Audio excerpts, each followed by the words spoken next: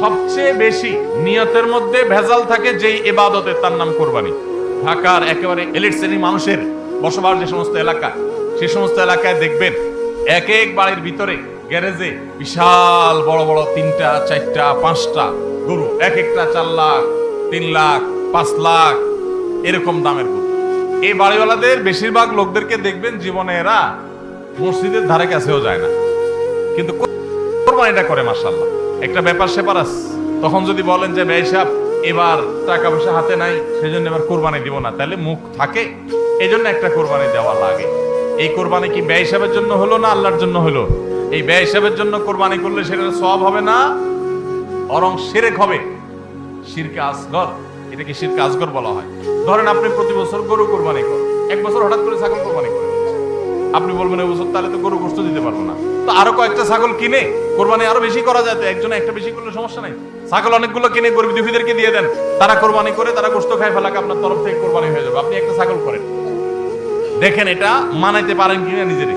আর যদি মনে হয় না প্রতি বছর গরু দেই, এবার ছাগল দিলে কেমনে হয়, মানুষ কি বলবে, তাহলে বুঝতে হবে ডাল মে কুচ কালা নেই, পুরা হি কালা হয়। আপনার এই কোরবানিটা কি আল্লাহর জন্য হচ্ছে না নিজের জন্য হচ্ছে, এই প্রশ্ন জোরালো ভাবে আমাদের অবশ্যই রাখতে হবে।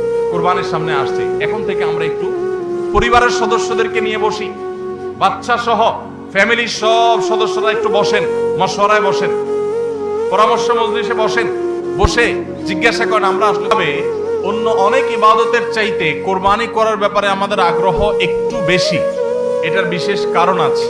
অন্যতম বড় যে কারণ সেটি হলো যে এটা কি আমরা উৎসব এবং কালচার হিসেবে নিয়েছি। সন্দেহ নেই এটা উৎসব, সন্দেহ নেই এটি কালচার, কিন্তু এটার প্রধান উদ্দেশ্য যদি ইবাদত না হয়, তাহলে সেই আমল, সেই ইবাদতের, সেই ভালো কাজের বিনিময় আল্লাহর কাছে আশা করা যাবে না।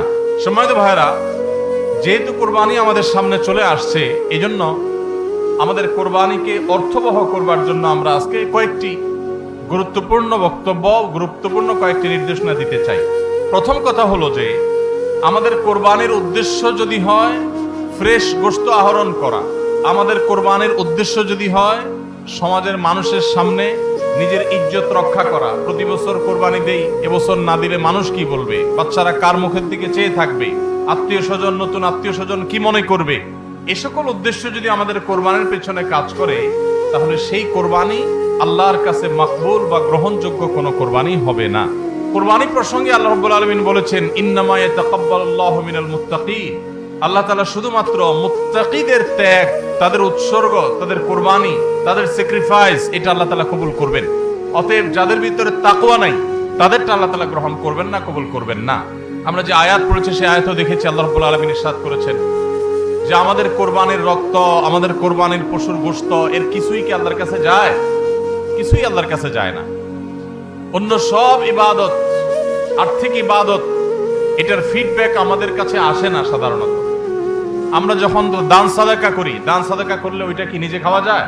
যখন দান করি, সাদাকা করি, তখন ওইটা আল্লাহর তরফ থেকে গরিবদেরকে দিয়ে দিতে হয়, নিজে খাওয়া যায় না। কোরবানি এমন একটা ইবাদত যে আমরা কোরবানি করার সময় বললাম বিসমিল্লাহি আল্লাহু আকবার, আল্লাহুম্মা লাকা মিনকা ওয়া লাক, আল্লাহ আপনার পক্ষ থেকে পেলাম এবং আপনার উদ্দেশ্যেই কোরবানি করলাম বলতেছি। তো আল্লাহর উদ্দেশ্যে দিয়ে দেওয়ার পর নিয়ম হলো আল্লাহর বান্দাদের মধ্যে গরিব যারা, দুঃখী যারা, তাদেরকে দিয়ে দিব, এটাই তো সাদাকার নিয়ম, দানের নিয়ম। কিন্তু কোরবানি এমন একটা ইবাদত যে ইবাদত আমি আল্লাহর উদ্দেশ্যে করলাম, আল্লাহকে খুশি করার জন্য জবে করলাম, কিন্তু গোশতটা আবার আল্লাহ আমাকে খাওয়ার অনুমতি দিয়েছেন, এটা অন্য ইবাদতে নাই। এখন এই ইবাদতে যদি গোশত খাওয়াটা মুখ্য হয়, গোশত আহরণ করা মুখ্য হয়, সমাজে মানুষের কাছে মুখ উজ্জ্বল করা মুখ্য হয়, আসল উদ্দেশ্য যদি হয় দুনিয়াবি বা পার্থিব বিষয় আশয়, আসল উদ্দেশ্য যদি হয় শো অফ করা, আসল উদ্দেশ্য যদি হয় মানুষকে দেখানো, আসল উদ্দেশ্য যদি হয় আত্মীয় স্বজনের কাছে মুখ রক্ষা করা, বাচ্চা কাচ্চা কার দিকে চেয়ে থাকবে, সেটা যদি উদ্দেশ্য হয়, তাহলে এটা ইবাদত হবে না। এজন্য কোরবানির আগে সর্বপ্রথম যে বিষয়টি খুব জরুরি সেটা হলো আমাদের উদ্দেশ্যগুলোকে একটু ঝালাই করে নেওয়া, আমাদের উদ্দেশ্যগুলোকে একটু রিচেক করে নেওয়া। আমরা কেন কোরবানি করব, আমাদের কোরবানির উদ্দেশ্যটা কি? যদি শুধুমাত্র আল্লাহর সন্তুষ্টি উদ্দেশ্য হয় আর সে উদ্দেশ্যে আমি কোরবানি করি, গোশত আমার মুখ্য না, তাহলে সেক্ষেত্রে একটা গরু আমি যে দামে কিনেছি বাজার দর তার চাইতে আরো অনেক কম, তাহলে আমার আফসোস হওয়ার কথা না। কারণ আল্লাহ তাআলা সওয়াব দেওয়ার সময় গোশত কয় কেজি হয়েছে সেই হিসাবে দিবেন, নাকি আমি কি পরিমাণ টাকা আল্লাহর রাহে খরচ করলাম সেই পরিমাণ দিবেন? আমার খরচ করা টাকা আল্লাহর উদ্দেশ্যে যদি এটা নিয়োগ করে থাকে, তাহলে 1 লক্ষ টাকার গরু আপনি কোরবানি দিচ্ছেন, নিয়ত যদি সহি হয়, বিশুদ্ধ হয়, দুনিয়াবি কোনো ধান্দা যদি না থাকে, তাহলে আল্লাহ তাআলা সওয়াব কি 1 লক্ষ টাকার দিবেন, নাকি ওই গরুটার দাম বাজারে 80,000, আপনি কিনছেন 1 লাখ, তাহলে আল্লাহ বলবেন না তুমি কেন বেশি দিয়ে কিনছো, ওইটার দায়িত্ব তোমার, আমি 80,000 সওয়াব দেব, এমন হবে? কিন্তু তারপরেও আমরা কোরবানির পশু কেনার পর দেখা যায় ওইটা নিয়ে আমাদের অনেকের হেজিটেশন থাকে, আফসোস থাকে। হ্যাঁ, সন্দেহাতীত ভাবে আপনি মার্কেটে যে গরুর বাজারে যে মূলামূলি করে উপযুক্ত ন্যায্য মূল্যে আপনি কিনবেন, অতিরিক্ত দাম কোনো যৌক্তিক কারণ ছাড়া আপনি কসাইকে বা গরু বিক্রেতাকে কেন দিবেন? সেটা দেওয়ার কোনো যুক্তি নাই। আপনি অবশ্যই মূলামূলি করে ন্যায্য মূল্যে কেনার চেষ্টা করবেন, কিন্তু কেনার পর এর দাম কত হইলো না হইলো, গোশত কয় কেজি হলো, পার কেজি কত পড়লো, তাতে লস হলো না লাভ হলো, এগুলা সবগুলো প্রমাণ করে যে কোরবানির উদ্দেশ্যে ভেজাল আছে। ভাইরা আমার, আমরা কোরবানি সাধারণত বেশিরভাগ মানুষ গরু দিতে পছন্দ করি। এর অনেক কারণ আছে অবশ্য। আমাদের দেশে ছাগল উৎপাদন হয় খুব কম, নানা কারণে ছাগল উৎপাদনের জন্য আমাদের এই দেশ, পৃথিবীর অনেক দেশে ছাগল অনেক বেশি উৎপাদন করা যায়। বৃষ্টি বাদল এবং ঝড় তুফানের দেশে ছাগল উৎপাদন করা নানা কারণে কঠিন, যার কারণে গরু উৎপাদন বেশি হয়, আমরা গরু কোরবানি বেশি করি। এটা দোষের কিছু না, বরং এটা স্বাভাবিক। কিন্তু আমাদের অনেকের হয়তো গরু কোরবানি করার মতো সাধ্য নাই, ছাগল কোরবানি করার সাধ্য আছে। তারপরও দেখা যায় হাওলাত বরাত করে হলেও গরু কোরবানি দেই। কেন? কারণ ছাগল কোরবানি দিলে আশেপাশে মানুষ কি বলবে। এরকম জিনিস আমাদের মধ্যে আছে না নেই? যে এত বড় লোক মানুষ, এতদিন তো জানতাম পয়সা করি আছে, উনি আবার ছাগল কোরবানি দিল, তাহলে চোখ মুখ মানুষের সামনে কেমনে দেখাবে? ভাইরা আমার, তো মানুষের কাছে কি বলবো, মানুষ কি বলবে, এই চিন্তা করে যদি গরুর জায়গায় ছাগলের জায়গায় আপনি গরু দেন, হাওলাত করিও দেন, তাতে আপনার এই কোরবানির দ্বারা সওয়াব হবে না। ভাইরা আমার, সবচেয়ে বেশি নিয়তের মধ্যে ভেজাল থাকে যেই ইবাদতে, তার নাম কোরবানি। অন্য কোন ইবাদতে নিয়তের মধ্যে ভেজাল এত বেশি থাকে না, কোরবানিদের মধ্যে নিয়তের ভেজাল যত বেশি থাকে। কারণ কি? কারণ হলো ওই যে কোরবানি করার পর এটার ফিডব্যাক, এটার উপকারিতা, গোশতগুলো, এগুলো সব নিজেই ভোগ করে মানুষ, আপনার কাছে আবার ফিরে আসে। এই জন্য নিয়তের মধ্যে ভেজালের সম্ভাবনা অনেক বেশি থাকে। ভাইরা আমার, আমাদের প্রিয় নবী সাল্লাল্লাহু আলাইহি সাল্লাম তিনি কিন্তু গরু কিংবা ওঁট দিয়ে কোরবানি দেন নাই। এর মানে এইটা না যে গরু বা ওঁট দিয়ে কোরবানি দিলে সওয়াব কম হবে, এটা না। উদ্দেশ্য হলো যে ছাগল, দুম্বা, ভেড়া এরকম ছোট পশু দিয়ে কোরবানি তিনি দিয়েছেন, সাহাবা একরাম অনেকে দিয়েছেন। এখনকার মিডল ইস্টের মানুষ শতকরা বোধহয় 90-95 জন মানুষ হবে, বা আরো বেশি সংখ্যক মানুষ হবে, প্রায় সবাই, তারা কিন্তু ছাগল, দুম্বা বা ভেড়া এই ছোট পশু দিয়ে কোরবানি দেয়। আমাদের দেশে আমরা বড় পশু অর্থাৎ গরু দিয়ে কোরবানি দেই, সেটার যৌক্তিক কারণ আছে। আমি বলেছি যে আমাদের দেশে গরু উৎপাদন করা যত সহজ হয়, ছাগল উৎপাদন করা এত সহজ হয় না, নানা কারণে গরুর ছাগলের চাইতে গরুর উৎপাদন বেশি হয়, সেই হিসাবে আমরা করি, ঠিক আছে। কিন্তু যদি উদ্দেশ্য হয় বড় পশু কোরবানি করে আমি বড় কোরবানি দাতা জাহির করব নিজেকে, তাহলে এর মাধ্যমে সওয়াব হওয়া তো দূরের কথা, মানুষ দেখানো ইবাদত করার কারণে শিরকে আসগরের গুনাহ হওয়ার আশঙ্কা আছে। আমার কথা কি বুঝাইতে পারছি? ভাইরা আমার, আমাদের দেশে বাস্তবতা হলো কিছু নেককার মানুষ আছেন, আল্লাহ তাআলা পয়সা করে দিয়েছেন, হালাল টাকা, আবার আল্লাহর উদ্দেশ্যে বড় পশু কুরবানি করে গরিব দুঃখীকে গোশত খাওয়ায়, গরিবদের পুষ্টির যোগান হয়, এরকম নেক উদ্দেশ্যওয়ালা মানুষ আছে আলহামদুলিল্লাহ। কিন্তু এই সীমিত সংখ্যক মানুষ ছাড়া সাধারণত গরুর সাইজ যত বড় হয় নিয়তের ভেজাল তত বেশি হয়। আমি কি আপনাদের বুঝাতে পারছি? সাধারণত গরুর সাইজ যত বড় হয় নিয়তের ভেজাল তত বেশি হয়। সব ক্ষেত্রে এটা প্রযোজ্য না। অনেক নেককার মানুষ আছেন যে গরুর সাইজে বড়, মাশাআল্লাহ নিয়তটাও খালেস, আবার উপার্জন হালাল, এরকম আল্লাহর বান্দাও আছেন, কিন্তু তাদের সংখ্যা খুবই কম। সাধারণত গরুর আকার যত বড় হয়, এই বেশিরভাগ এই শ্রেণীর কোরবানি দাতাদের নিয়তে ভেজাল বেশি। আপনি ঢাকা চলে যাবেন, গুলশান, বাড়িধারা, ঢাকার একেবারে এলিট শ্রেণীর মানুষের বসবাস যে সমস্ত এলাকা, সে সমস্ত এলাকায় দেখবেন এক এক বাড়ির ভিতরে গ্যারেজে বিশাল বড় বড় 3টা 4টা 5টা গরু, এক একটা 4 লাখ 3 লাখ 5 লাখ এরকম দামের গরু। এই বাড়িওয়ালাদের বেশিরভাগ লোকদেরকে দেখবেন জীবনে এরা মসজিদের ধারে কাছেও যায় না, কিন্তু কোরবানিটা করে মাশাআল্লাহ। কারণ কি? একে তো কোরবানি করে গরিব দুঃখী লাইনে দাঁড়ায় থাকবে, আপনার চেয়ারে বসে বসে গরিব দুঃখীরে কোরবানি গোশত দেব, ভালোই তো লাগে। একটা বাকাওয়াতি জাহির হয়, দানবীর সেটা জাহির করা যায়, উৎসব হয়, আনন্দ হয়। আমি আগে বলেছি কোরবানি এটা উৎসব, কোরবানি একটা ইবাদত, এটা ইসলাম এবং মুসলমানদের সংস্কৃতি, সন্দেহ নেই। কিন্তু সব কিছুর উপরে ইবাদতের মানসিকতা প্রাধান্য থাকতে হবে। কারণ ইব্রাহিম আলাইহিস সালাম যে কোরবানি করেছিলেন, সেই কোরবানি মূলত আল্লাহর নির্দেশ পালনার্থে করেছিলেন। তিনি মূলত আল্লাহর কাছে প্রমাণ করেছেন বা আল্লাহর কাছে প্রকাশ করেছেন যে আল্লাহ যত আদেশ করেন, যত নিষেধ করেন সব তিনি মানবেন। এমনকি নিজের সন্তানকে কোরবানি করার নির্দেশ আল্লাহ করার পর সেটাও মানতে তিনি প্রস্তুত হয়েছেন। আল্লাহ সন্তান কোরবানি হইতে দেন নাই, কিন্তু তিনি পরীক্ষায় পাশ করে ফেলেছেন। এই কোরবানি আমাদেরকে শিক্ষা দেয় আল্লাহর আদেশ নিষেধ আমার যুক্তিতে ধরুক আর না ধরুক, আমার বুঝে খাটুক বা না খাটুক, আমার পক্ষে যাক আর বিপক্ষে যাক, আমার ভালো লাগুক আর না লাগুক, সর্বাবস্থা আমি আল্লাহর আদেশ নিষেধ মেনে চলবো।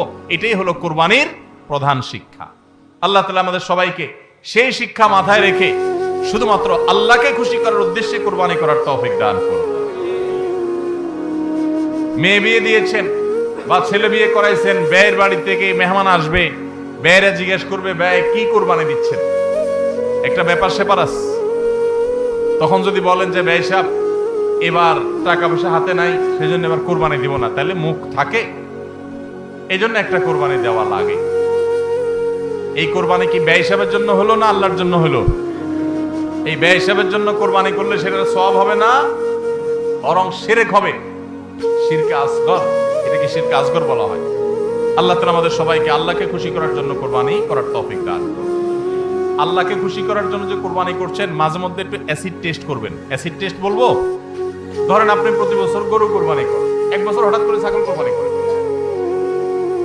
ছাগল কোরবানি করেন, আপনি বলবেন এই বছর তাহলে তো গরু গোশত দিতে পারবো না, তো আরো কয়েকটা ছাগল কিনে কোরবানি আরো বেশি করা যায়। তো একজনে একটা বেশি করলে সমস্যা নেই, ছাগল অনেকগুলো কিনে গরিব দুঃখীদেরকে দিয়ে দেন, তারা কোরবানি করে তারা গোশত খায় ফেলাক, আপনার তরফ থেকে কোরবানি হয়ে যাবে। আপনি একটা ছাগল করেন, দেখেন এটা মানাইতে পারেন কিনা নিজের।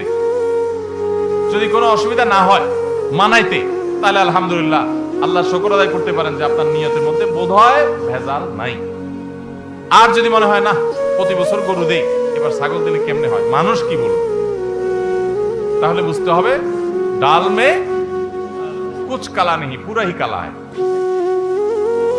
আল্লাহ তাআলা আমাদের সবাইকে ইখলাসের সাথে তাকওয়ার সাথে কুরবানির এই আমলটি সম্পাদন করার তৌফিক দান করুন।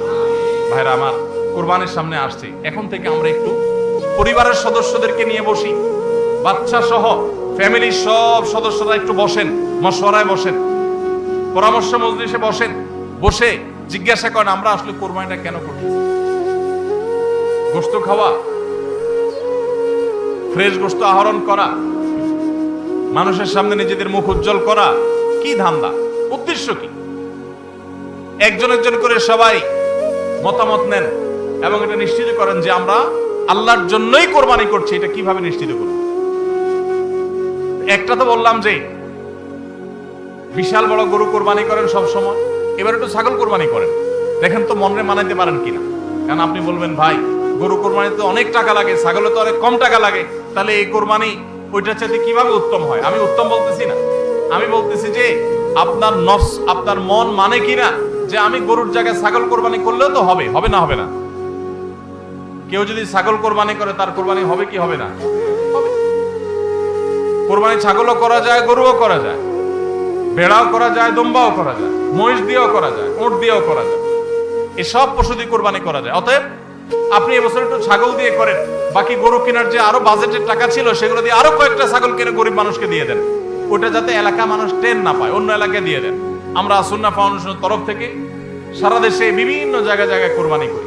অনেক প্রবাসী আছেন, অনেকে ইউরোপ আমেরিকার এমন এমন দেশে আছেন সেখানে কোরবানি চাইলেও করা যায় না, সুযোগ নাই।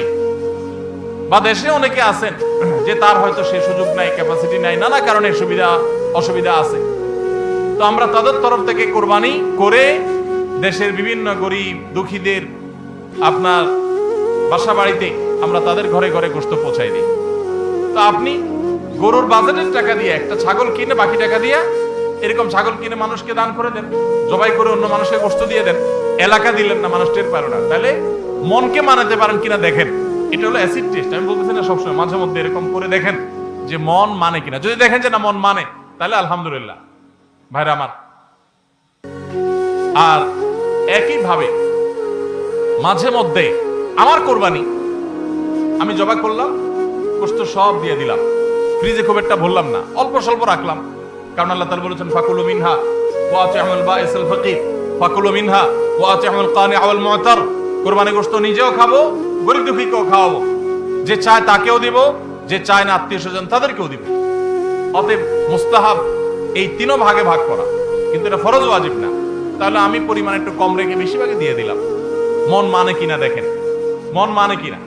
অনেকে আছেন লামসাম সামান্য একটু দিয়া আর সব ফ্রিজে ঠেলতে ঠেলতে ফ্রিজের দরজাই লাগে না, পারলে রশি দিয়া বাঁধে যে দরজা লাগে না। কারণ গোশত, পায়া, ভুড়ি, কলিজা, ফ্যাপসা সব ঢুকাইতে ঢুকাইতে ফ্রিজ বেচারা জাম হয়ে গেছে। তাহলে কোরবানি কেন করতেছি? গোশতের জন্য যদি কোরবানি হয়, এই কোরবানি করবাই না, এটা ফুর্তি। কোরবানি তো ত্যাগের নাম। আপনার ভিতরে ত্যাগ কতটা আছে, ত্যাগের মানসিকতা কতটা আছে। আপনি আল্লাহর রাহে আল্লাহকে খুশি করার জন্য লাখ টাকা দিয়ে গরু কোরবানি করেন, ভালো কথা। আপনার মধ্যে আসলে ত্যাগের মানসিকতা আছে কি এটা প্রমাণ করার জন্য মাদ্রাসা, নতুন মাদ্রাসা হচ্ছে, সেখানে লক্ষ লক্ষ টাকার দরকার আছে, আপনি সেখানে 20,000 50,000 টাকা অকাতরে দিতে পারেন কিনা, এটা অ্যাসিড টেস্ট। সেখানে টাকা বাইর হয় না। কোরবানিতে লাখ টাকা দেন, মাদ্রাসা টাকা দেন না, মসজিদে টাকা দেন না, আরো অনেক দিনের কাজ আছে সেখানে টাকা দেন না। গরিব দুঃখী মানুষ আছে, তাদের দরকার। একজন গরিব তার চিকিৎসা মাত্র 20,000 টাকা হলে হয়ে যায়। আপনি 20,000 টাকা দিতে পারেন কিন্তু দেন না, 2,000 দেন, 500 টাকা দেন, কিন্তু কোরবানির সময় মাশাআল্লাহ 1 লাখ টাকার গরু কিনেন। যদি আল্লাহর জন্যই হয়, স্যাক্রিফাইস যদি হয়, কোরবানিও করেন, ওখানেও দেন, কিন্তু কোরবানির সময় আসেন ওখানে নাই। তাহলে আপনার এই কোরবানিটা কি আল্লাহর জন্য হচ্ছে না নিজের জন্য হচ্ছে, আল্লাহর খুশির জন্য হচ্ছে না অন্য কোনো উদ্দেশ্য হচ্ছে? এই প্রশ্ন জোরালো ভাবে আমাদের অবশ্যই রাখতে হবে। ভাইরা আমার, এর মানে আবার কেউ এটা বুঝেন না যে কোরবানি কম হোক আমরা সে চেষ্টা করব না, কোরবানি আরো বেশি বেশি করার চেষ্টা করবেন। কোরবানি যত বেশি হবে তত আমাদের সব দিক থেকে লাভ। যারা কোরবানি বিদ্বেষী, সেকুলার, বিশেষ করে এক শ্রেণীর মুসলিম বিদ্বেষী নাস্তিক আছে, কোরবানির মৌসুম আসলেই দেখবেন এদের পাখা গজায়। এরা দেখবেন গরুর প্রতি মায়া এত বেশি, এত দরদ। তারা বলে আরে এতগুলো গরু জবাই করে ফেলা হবে, এই গরুগুলোর ভিতরে প্রাণ আছে, কত নির্মমতা। এরকম দেখবেন এরা এখন থেকে কয়দিন পর থেকে দেখবেন সোশ্যাল মিডিয়াতে, ফেসবুকে তাদের এই সমস্ত জিগি শুরু হয়ে যাবে, আছে না নাই?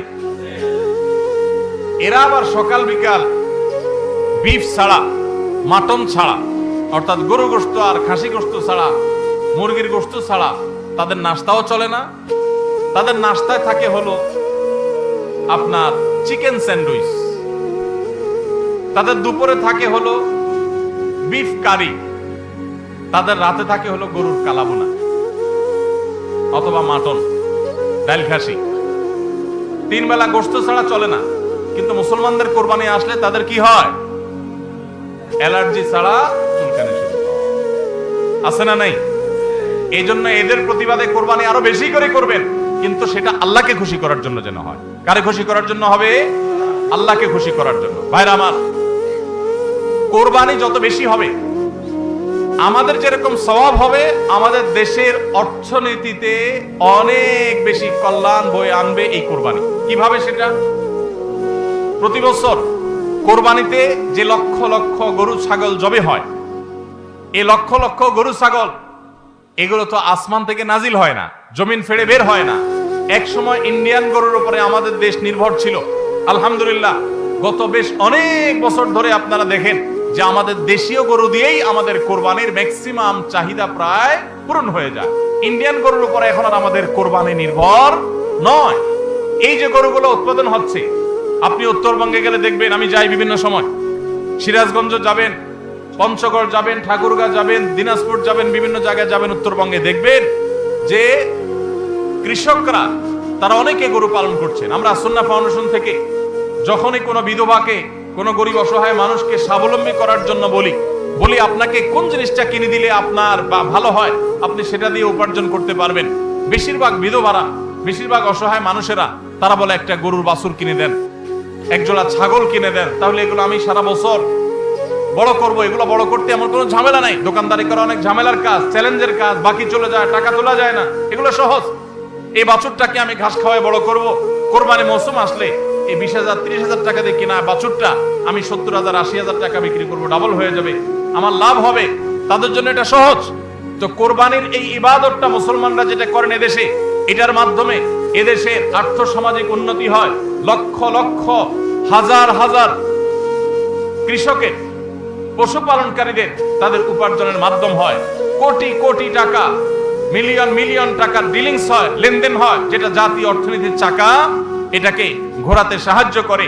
কোরবানির এই ইবাদত এটা আমাদের অনেক গরিব অভাবী মানুষের পুষ্টির যোগান দেয়। আপনারা জানেন অনেক গরিব মানুষ আছেন কোরবানির মৌসুমে মন ভরে একটু গোশত খাইতে পারেন, সারা বছর গোশতের দাম এত বেশি, বেচারারা কিনে খেতে পারেন না। তাহলে কোরবানির এই গোশত, কোরবানির এই উৎসব, এই ইবাদত, এটার মাধ্যমে পশুপালনকারীদের উপার্জনের মাধ্যম হয়। সারা বছর যারা অপেক্ষা করে কোরবানির সময় পশু জবাই করে, পশু বিক্রি করে আবার তারা পশুপালন করবে, এর মাধ্যমে তাদের আর্থিক যে অনটন আছে এটা দূর হয়, তাদের উপার্জনের মাধ্যম হয়।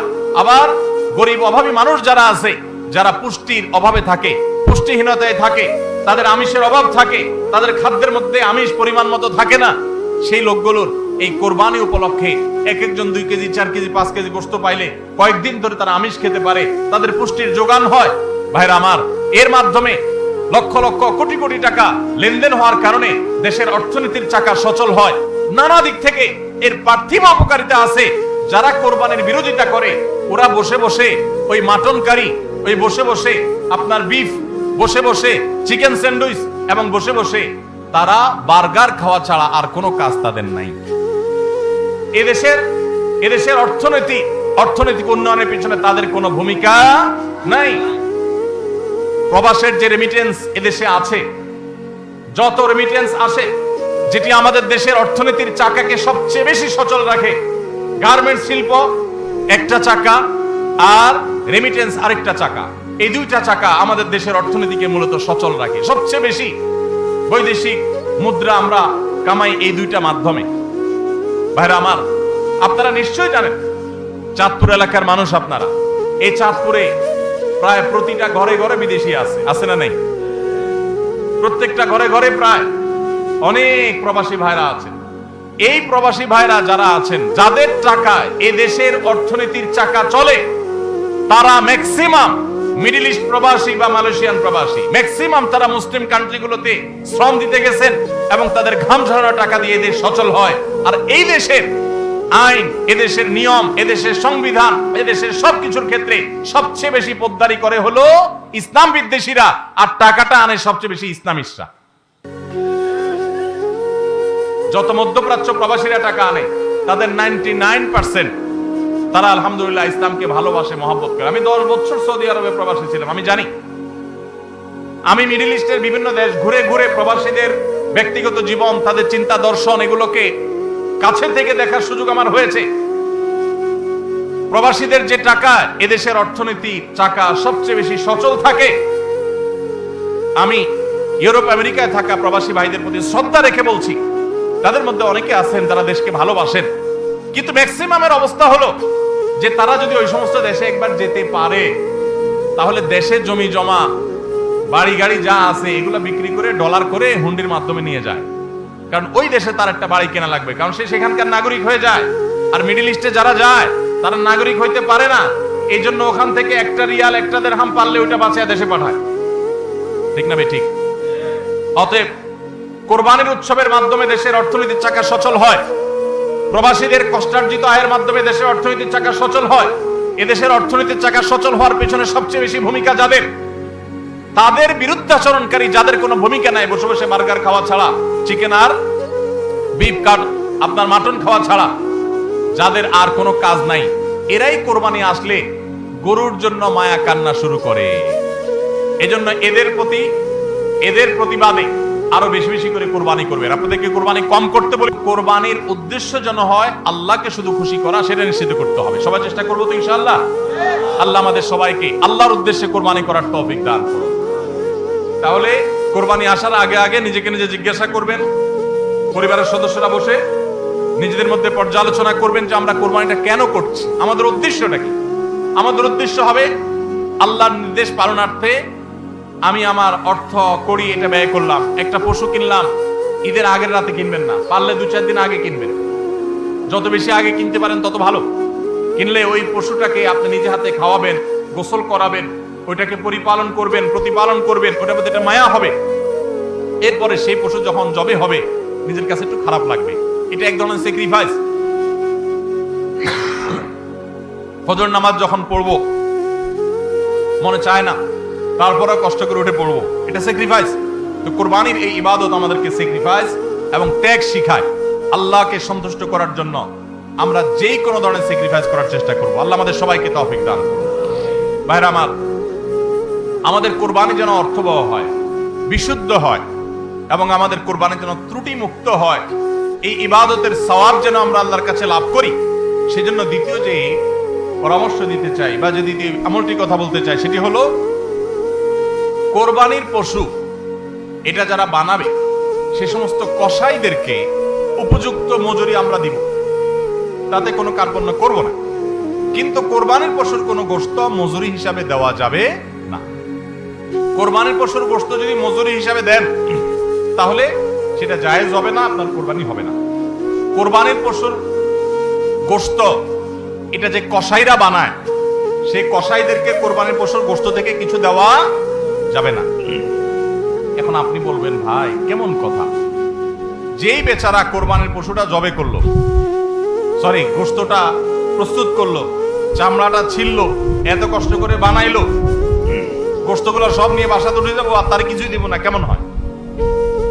দেখতে মনে হচ্ছে এটা অমানবিক না? আসলে কাহিনী ভিন্ন। কাহিনী কি? কাহিনী হলো কোরবানির পশু আমরা যখন জবাই করলাম, বিসমিল্লাহ আল্লাহু আকবার, আল্লাহুম্মা মিনকা ওয়ালাক, এটা যখন জবাই করলাম আল্লাহর নামে, তখন এই পশু আল্লাহর নামে জবে হয়ে গেছে। এটা মূলত যেটা বললাম গরিব দুঃখীকে দেওয়ার কথা। কারণ আমরা যখন যাকাত দেই, সাদাকা দেই, তখন কি ওটা নিজে খেতে পারি? আর তাহলে কোরবানির গোশত তো খাইতে পারার কথা না, কিন্তু আমরা খাইতে পারতেছি কেন? আল্লাহ তাআলা এই একটা আর্থিক ইবাদত আল্লাহ কবুল করেছেন। আমরা যখন সহি নিয়তে যদি করে থাকি আল্লাহ কবুল করে, এরপর বলেন ঠিক আছে তোমাকে দিলাম, তুমি খাও আমার তরফ থেকে, আল্লাহর তরফ থেকে এবার আমি খাই। তো এই কোরবানির গোশত এটা বিক্রি করা জায়েজ আছে না জায়েজ নাই? না জায়েজ। কেন জায়েজ নাই? কারণ এটা তো ওই যে আল্লাহ আমাকে হাদিয়া দিয়েছেন গ্রহণ করার জন্য, আল্লাহর নামে দিয়ে দিয়েছে, এটা আমি বিক্রি করার সুযোগ নেই। এখন কসাইকে যদি আমি গোশত দেই পারিশ্রমিক হিসাবে, তাহলে এটা একরকম বিক্রি করার মতো হয়। কিভাবে? তিনি কষ্ট করেছেন, তাকে তার বিনিময় দিলাম, তাহলে বিক্রি করার মতোই হলো। আমি গোশতটা তাকে একটা বিনিময় নিয়ে দিলাম, গোশত দিয়ে টাকা নিলাম, বিক্রি করা এটা, এখানে গোশত দিয়ে শ্রম দিলাম, একই জিনিস। এই জন্য এটা জায়েজ নাই। তাহলে কি করবেন? কসাইকে তার ন্যায্য মূল্য দিবেন। একটা গরু বানানোর জন্য যা লাগে তা পুরাটা দিবেন এবং আগে ভাগে এগুলো চুকায় নিবেন।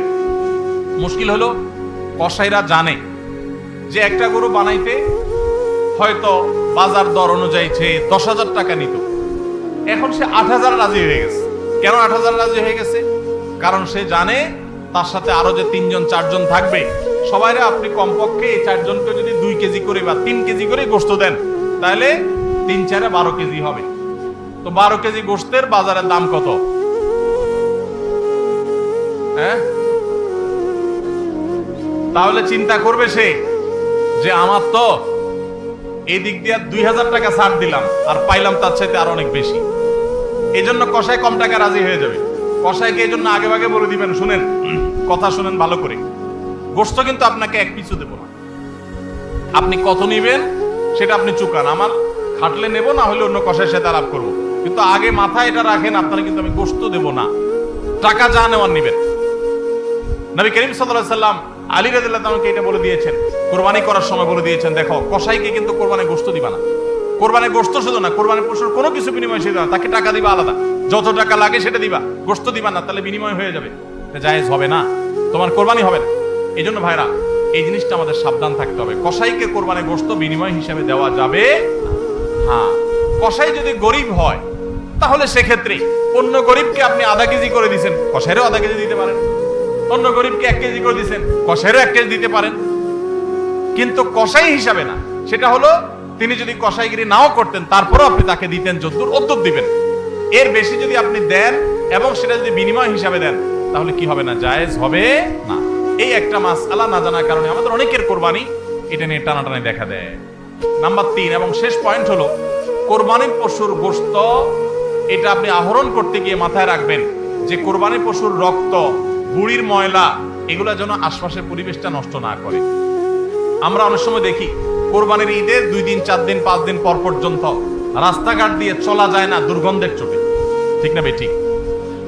এবং কোরবানির মৌসুমে প্রায় বিভিন্ন বছরে দেখি আমরা বন্যা হয়, এই ময়লাগুলো পানির সাথে বিভিন্ন জায়গায় ছড়ায় পড়ে। বিশেষ করে আমাদের বাইরে আশেপাশে রাস্তাঘাট দিয়ে পথচারীরা যখন চলে, আপনার কোরবানির পশুর দুর্গন্ধ, এটার ময়লা, রক্ত, এগুলো যদি আশপাশে পরিবেশ নষ্ট করে, মানুষের নাক ধরে, মানুষ অসুস্থ হয়, নানা রকমের রোগ তৈরি হয়, এখান থেকে নানা রকম রোগবালাই ছড়ায় এবং মানুষের কষ্টের কারণ হয়, তাহলে কোরবানি দিয়ে আপনি সওয়াবের পরিবর্তে গুনাহ হওয়ার আশঙ্কা আছে। এই জন্য নিজ দায়িত্বে আমার পশুর কোরবানির রক্ত গর্ত করে এমন ভাবে কোরবানি করব যে সব গর্তে চলে যাবে এবং মাটি চাপা দিয়ে দিব এবং পানি দিয়ে এমন ভাবে পরিষ্কার করে দিব, ব্লিচিং পাউডার ইত্যাদি দিয়ে এমন ভাবে পরিষ্কার করব যাতে করে আশপাশে কোনো মানুষের কষ্ট না হয়। অনেকে আছেন কোরবানির বুড়ির ময়লাগুলা যেখানে সেখানে ফেলে দিয়ে রাস্তার পাশে উনি বুড়িটা নিয়ে চলে গেছেন, এটা কোনো ভালো মুসলমানের কাজ না, এটা ফাসিক মানুষের কাজ। নবী করিম সাল্লাল্লাহু আলাইহি সাল্লাম ঈমানের শাখা বলতে গিয়ে বলেছেন, ইমাতাতুল আযা আনিত তারিক, ঈমানের একটা শাখা হলো রাস্তায় এমন কিছু যদি কেউ কষ্ট ফেলে রাখে যেটাতে আরেকজনের কষ্ট হয়, সেটা আপনি আরেকজন ফেললে আপনি সরাই দিবেন, এটা হলো ঈমানের দাবি। আর আপনি নিজে যদি ফালান সেই জিনিসটা, যে জিনিসটা মানুষের কষ্ট হয়, তাহলে এটা তো কুফরির অঙ্গ হবে। কথা কি বুঝাতে পারছি? আমরা অনেকে কোরবানি করি কিন্তু এই জিনিসগুলো খেয়াল করি না যে আমার কোরবানিটাকে অনর্থক করে দিতে পারে, অর্থহীন করে দিতে পারে, সওয়াবের পরিবর্তে গুনাহ হতে পারে। এজন্য কোরবানির পশুর রক্ত, ময়লা, বুড়ির ময়লা, এই সবগুলোকে আমরা নিজ দায়িত্বে একেবারে পরিষ্কার করে রাখবো। মনে থাকবে তো ইনশাআল্লাহ?